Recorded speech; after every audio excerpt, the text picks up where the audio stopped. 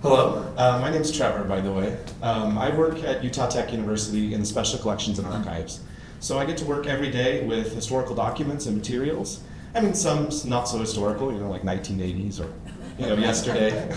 But then we get a lot of material too that some of this is old and fascinating. And I'd like to highlight, some of this will be from our archive here at the university, and some of this is going to be from Washington County Historical Society, Utah State Historical Society, but in general, I'm wanting to show you a little bit of the past and how things have changed in Washington County. So this is I'm not going to be making any bold claims. This is just, look how things were and kind of visualize how things are today.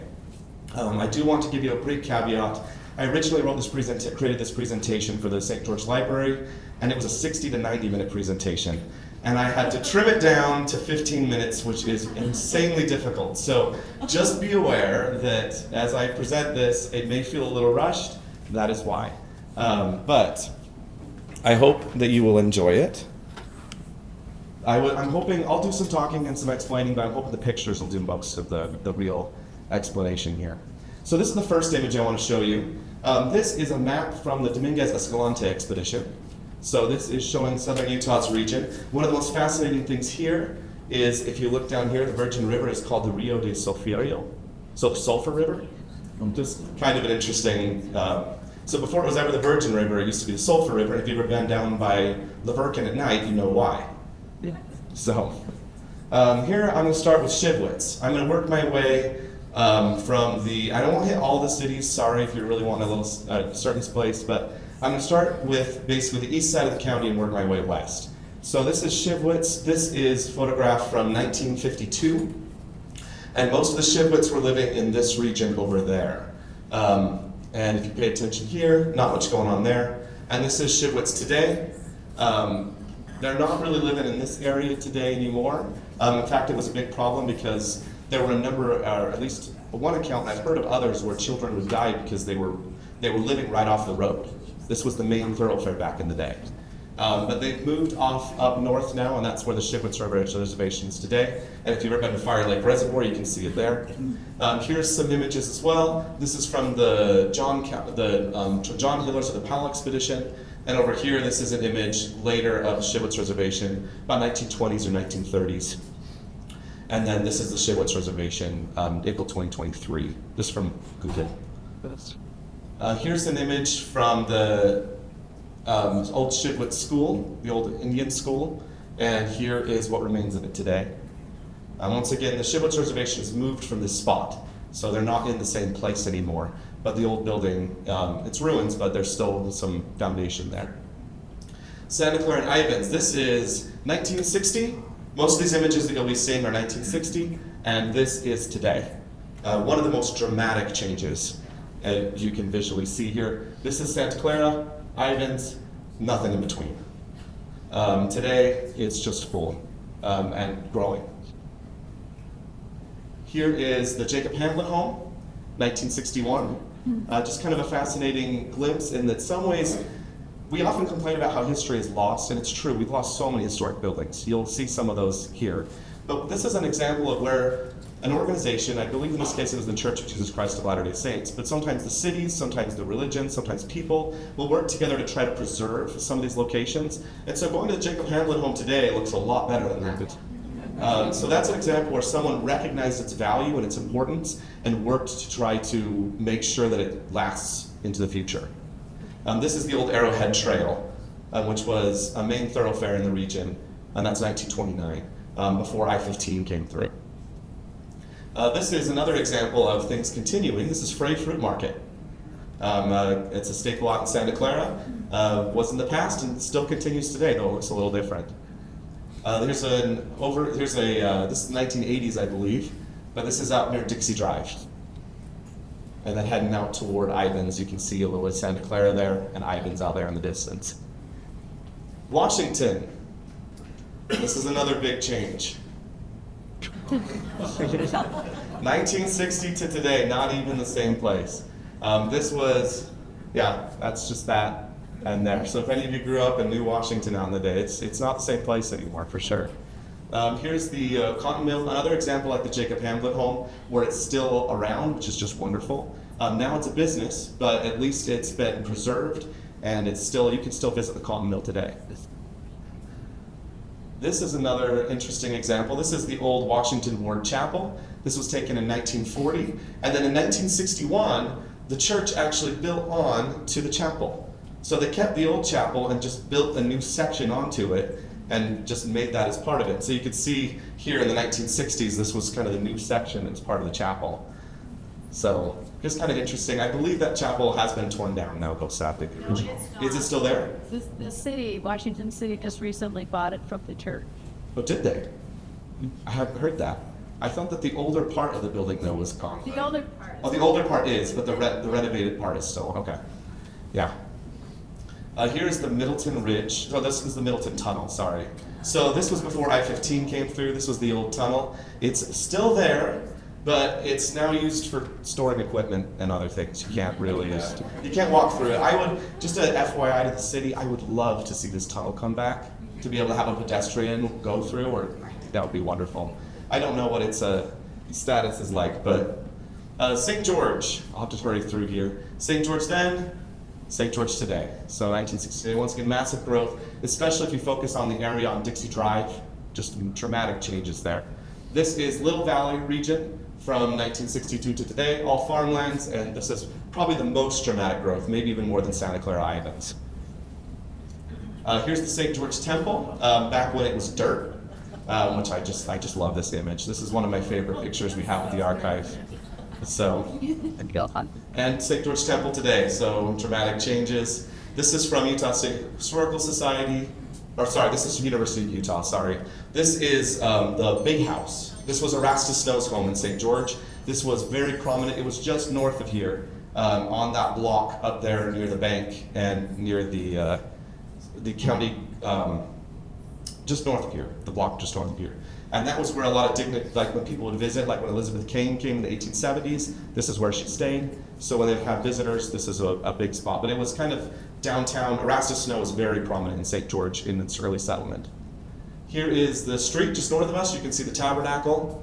Then you can also see the phone lines down the middle of the street. And then here's tabernacle under construction. Here is a view from Hope Hill. So this would have been near where Juanita Brooks lived.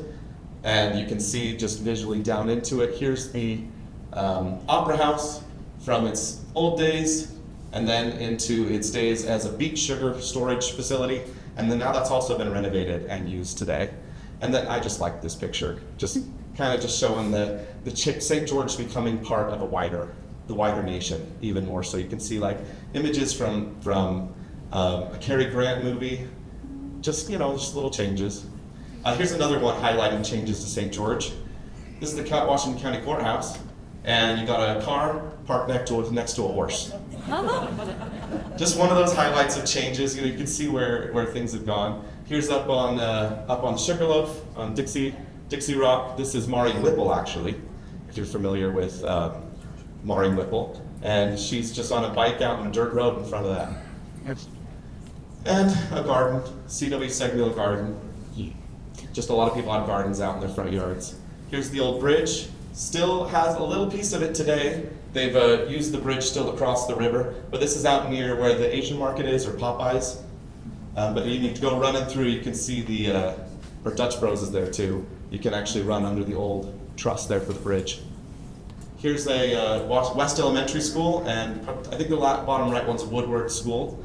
So these are kids playing on old equipment.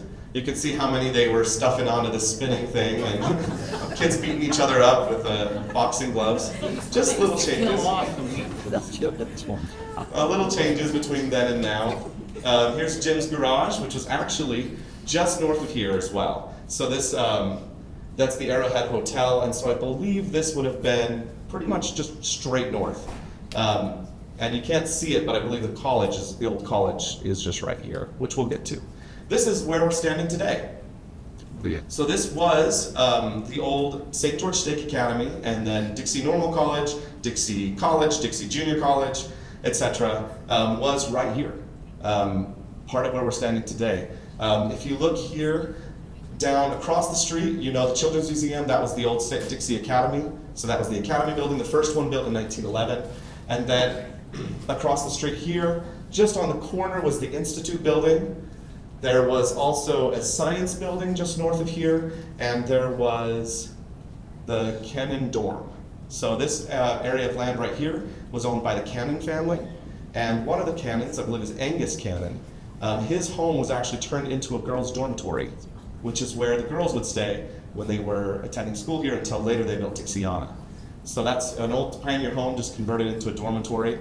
This is students playing tug of war in a pit, which was a very common activity. They did like every year. Was a common thing back then.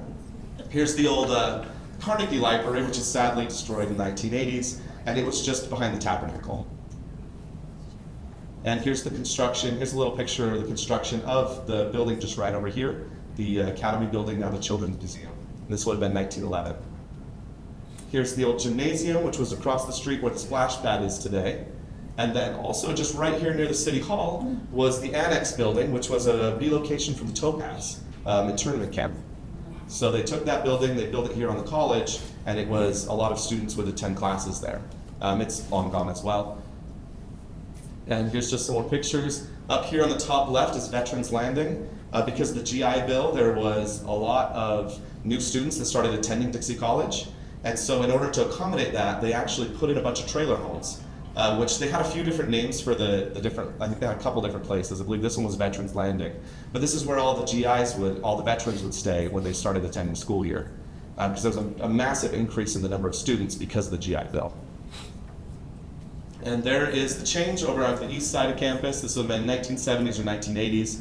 If you know Utah Tech University, or you know Dixie College back in the day, you know how much this has changed. Just walk the grounds and you can see a few things that have remained, but a lot of this is very different today.